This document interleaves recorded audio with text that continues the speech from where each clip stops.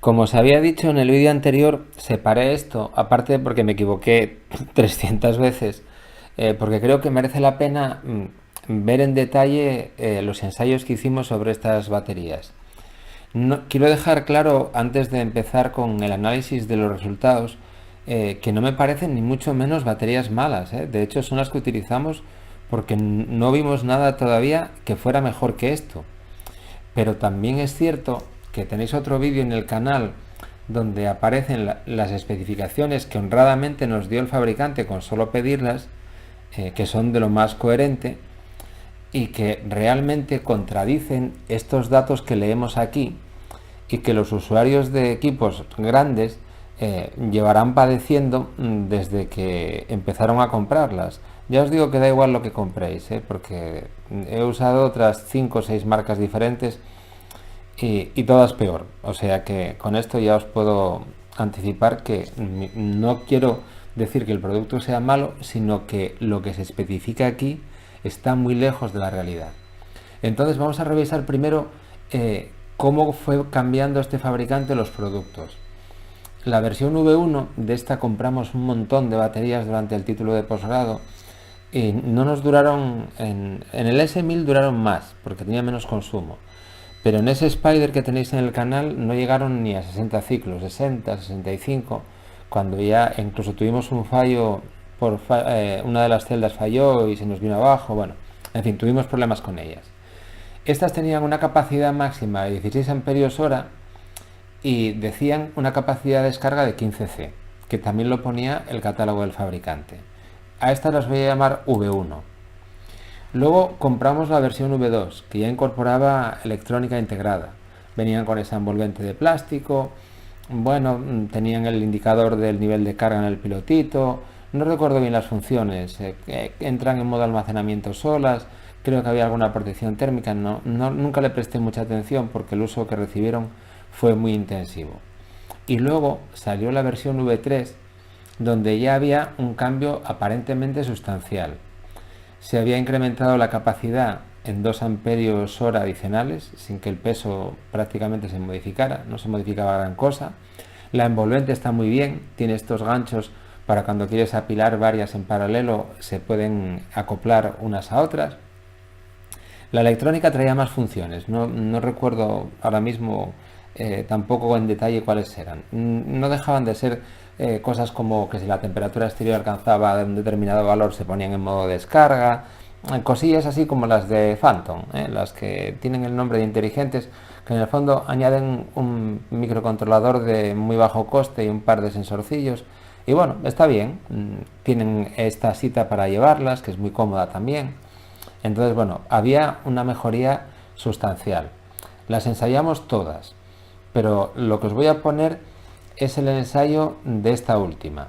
En el vídeo anterior me equivoqué 800 veces y dije 7C y se tiene que estar partiendo de risa mi compañero porque no quiso llegar a 7C porque la cosa tenía bastante riesgo de acabar mal. De hecho, alguna de las primeras la metimos a creo que 9C o por ahí y se nos puso a 80 grados y se hinchó.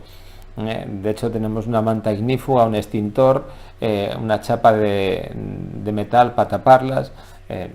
Ya os puede esto ir sirviendo como dato de lo que vamos a ver a continuación. Bueno, aquí tenéis la curva de descarga a 5C, que son 90 amperios. Está hecha con MATLAB, porque ya sabéis que con el analizador grande no tengo posibilidad de generar la curva si no es con un instrumento de medida, en este caso con un osciloscopio digital. La veis con puntitos hacia arriba y hacia abajo porque en realidad esta curva tenía algo así como 3000 y pico puntos. Tomaba muestras cada poquísimo.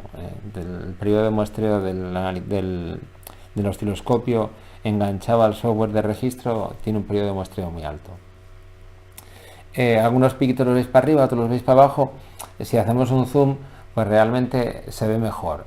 Podéis asumir que la curva real sea la envolvente, la que se va por la zona intermedia donde están los piquitos que suben y bajan. Es el famoso aliasing de meter en este espacio tan chiquitín pues esta burrada de miles de puntos. Bueno, tenéis curva descarga tiempo. Las descargamos hasta que llegaron a 16 voltios. 16 voltios, bueno, pues ya sabéis, son 6 celdas, pues es 3 y pico, no recuerdo, 3 con algo, 3,5 por ahí, donde considerábamos que 3,4, 3,5, donde considerábamos que no había problema. Además cortábamos cuando llegaba la primera celda, no había un salvalipos ahí puesto, y en cuanto pitaba se cortaba el ensayo. Bueno, vamos a hacer una estimación de lo que sería volar con esta batería descargando a 5C. Bueno, si volamos un multicóptero, lo normal, lo que solemos hacer es cortar a 3,6 voltios por celda. Bueno, vamos a poner los 3,6 voltios más o menos por aquí arriba, donde ya me voy al punto de máxima tensión. Bueno, pues resulta que si cortamos a 3,6, el tiempo en el eje horizontal está en segundos, pues tenemos nada menos que un vuelo de 3 minutos.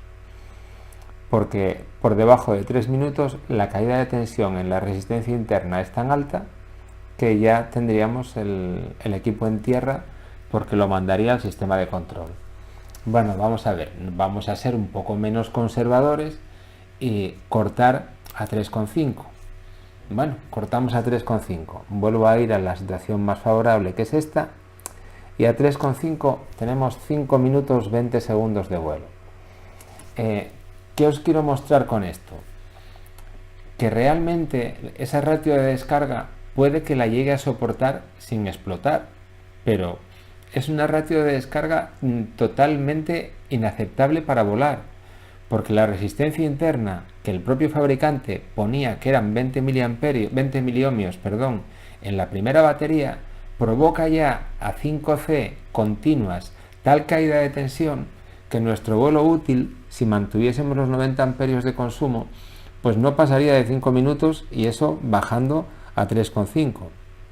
Que diréis, bueno, pero es que me queda toda esta curva de descarga y tal. Ya, pero vale, pues podéis bajar a más. Si queréis podéis poner el corte en 3,3 o en 3,4, pero bueno, ya sabéis cómo va todo esto. Uno puede arriesgar hasta donde le parezca lógico arriesgar. Aparte de que cuanto más te vayas a la derecha en el nivel de descarga, vais a ver que la batería se va a dañar más, porque la temperatura final va a ser mucho más alta.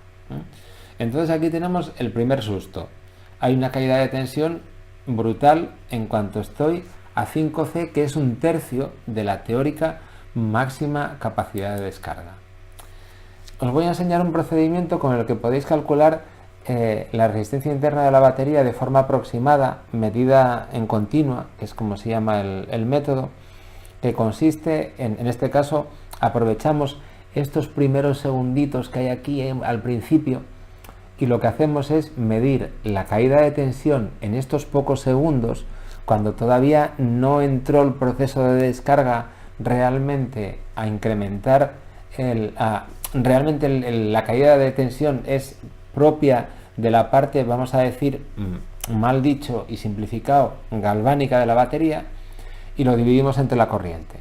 Bueno, pues nos caen 2,5 voltios respecto de la carga inicial, lo dividimos entre 90 y nos salen 27 miliohmios, con lo cual ya veis que el ensayo no tiene ni trampa ni cartón. Fabricante da 20, incluso este cálculo tan sencillo te permite ir a una resistencia interna de en torno a 20 miliohmios. Si lo queréis hacer en casa con una batería, es muy fácil, solo tenéis que buscar algo que consuma una corriente conocida, conectadlo un par de 2, 3, 4 segundos, veis la caída de tensión, dividís caída de tensión entre corriente y ahí tenéis una forma de medida muy básica de la resistencia interna, con lo que ya veis que todo cuadra, pero de aquí en adelante la cosa se va a poner peor, Aquí lo que hice fue calcular a partir de los datos que tenía la energía descargada en amperios hora en vez de poner el tiempo. Bueno, hay que reconocer que realmente el fabricante no miente respecto de la capacidad. La capacidad sí que la aumentó. Nunca hubiéramos llegado con una descarga de 5C a tener 16 amperios hora en las de la versión V1. Y que la batería sea capaz de descargar, pues estos son 17 y pico, a 5C no miente en la capacidad, pero recordad del vídeo anterior, la capacidad de descarga que te dan en una batería, los amperios hora, es llevada hasta 3 voltios. Si esto lo hubiéramos llevado a 3 voltios, probablemente hubiéramos llegado a los 18 amperios hora, con lo cual el fabricante no miente, ¿eh? Por eso os digo que no pretendo ni mucho menos desacreditar al fabricante, sino daros información que os sea útil a la hora de utilizarlas bien, que os duren y que podáis trabajar con tranquilidad y con seguridad. Entonces, la capacidad descargada es esta. Y ahora vamos a ver el aprovechamiento que tendríamos de esos 18 amperios hora si decidiésemos aterrizar cuando estamos a una tensión de las que solemos programar habitualmente. Pues a 3,5 voltios por celda estaríamos aterrizando cuando solamente sacamos de la batería 8 amperios hora, que es menos de la mitad. Pongo ya el 50%. Bueno, si queréis forzar un poco más, pues podéis llegar hasta aquí. Con esto, ¿a dónde quiero llegar? A que entendáis que la capacidad que pone la batería afuera es un dato meramente teórico. Claro, si uno no trabaja en este campo y le dicen que tiene 20 amperios hora, pues está pensando que tiene 20 amperios hora en vuelo. Pues no, tienes 20 amperios hora cuando la llevas hasta 3 voltios, que nunca la vas a llevar a 3 voltios. Segundo, no tienes 20 amperios hora porque como tienes caída de tensión y con la caída de tensión vas a tener que bajar antes, no vaya a ser que se te quede sin energía el equipo, pues todavía tienes menos. Y el resultado final es que en el fondo o vas a una ratio de descarga mucho más baja o realmente la batería nunca te va a proporcionar la autonomía que presupones inicialmente. Y aquí es donde viene el motivo por el que mi compañero decidió no descargar a más capacidad. Tenemos una sonda térmica. Veis que empezamos a temperatura ambiente y finalizamos la descarga a 63 grados, que ya está bien, ¿eh? Hubo un incremento de 43 grados en 12 minutos, y eso descargándola a 5C. ¿Qué queréis que os diga? Pues ya veis cómo va, es lineal. Si en vez de poner 5C ponemos 10C, pues ¿dónde estaría la temperatura? Pues no, en otros, en vez de 40 grados de incremento, más corto el proceso, porque es mucho más corto, la descarga duraría mucho menos, pero en mucho menos tiempo tendríamos probablemente 70-80 grados. 60 grados ya está más que bien para dejar la batería tocadita si lo haces media docena de veces. Además, ya sabéis, se forman gases, en definitiva, tiene su peligro. ¿Por qué las podemos utilizar realmente en vuelo?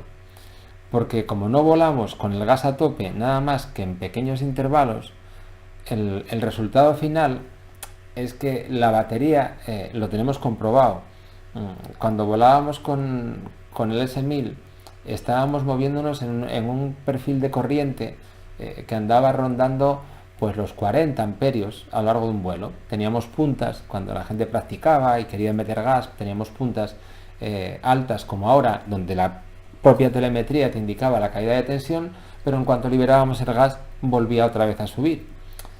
Entonces, ¿qué recomendación os doy a raíz de esto? Hombre, pues que ya sabéis lo que hay que hacer. Es mejor poner más packs en paralelo que intentar poner uno de mucha capacidad.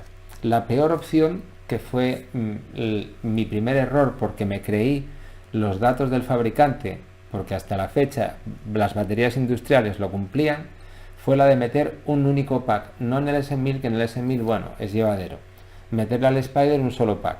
Hubiera ido a dos en paralelo y la idea es que os mováis en niveles de descarga mucho más bajos. En concreto, para estas, ¿dónde estaríais funcionando perfectamente?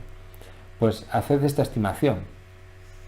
Pensad, a ver, a pleno gas, el conjunto de baterías que lleve está por debajo de 5C y voy a volar a pleno gas muy poco y mi perfil de vuelo me va a dar una descarga que esté en 3,5 o 4. Bien, va a ir todo de maravilla y las baterías van a durar. Ahora, como asumáis como dato válido que las baterías pueden descargar por encima de 5C, mal vais. Es decir, estimad el consumo en estacionario, que es simplemente levantarlo del suelo. Luego, mirad el consumo máximo, razonad qué tipo de vuelo vais a hacer.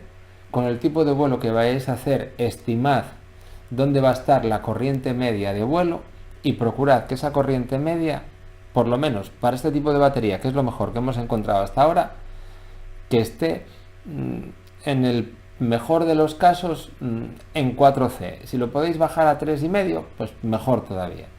Pero esto es lo que hay. Esto es lo que hay y esta es la autonomía que podemos tener. Espero que os resulte útil. No sé si habrá más ensayos de este tipo de batería con estas descargas de corriente, porque hay que tener equipo muy caro como este que tenemos secuestrado a los amigos de electrónica. Pero bueno, si hay alguna cosa que queráis comentar o me queréis escribir un correo para que os diga algún dato más concreto, no hay problema ninguno, que por supuesto yo encantado de atenderos. Creo que no me equivoqué mucho. Gracias por escuchar el vídeo.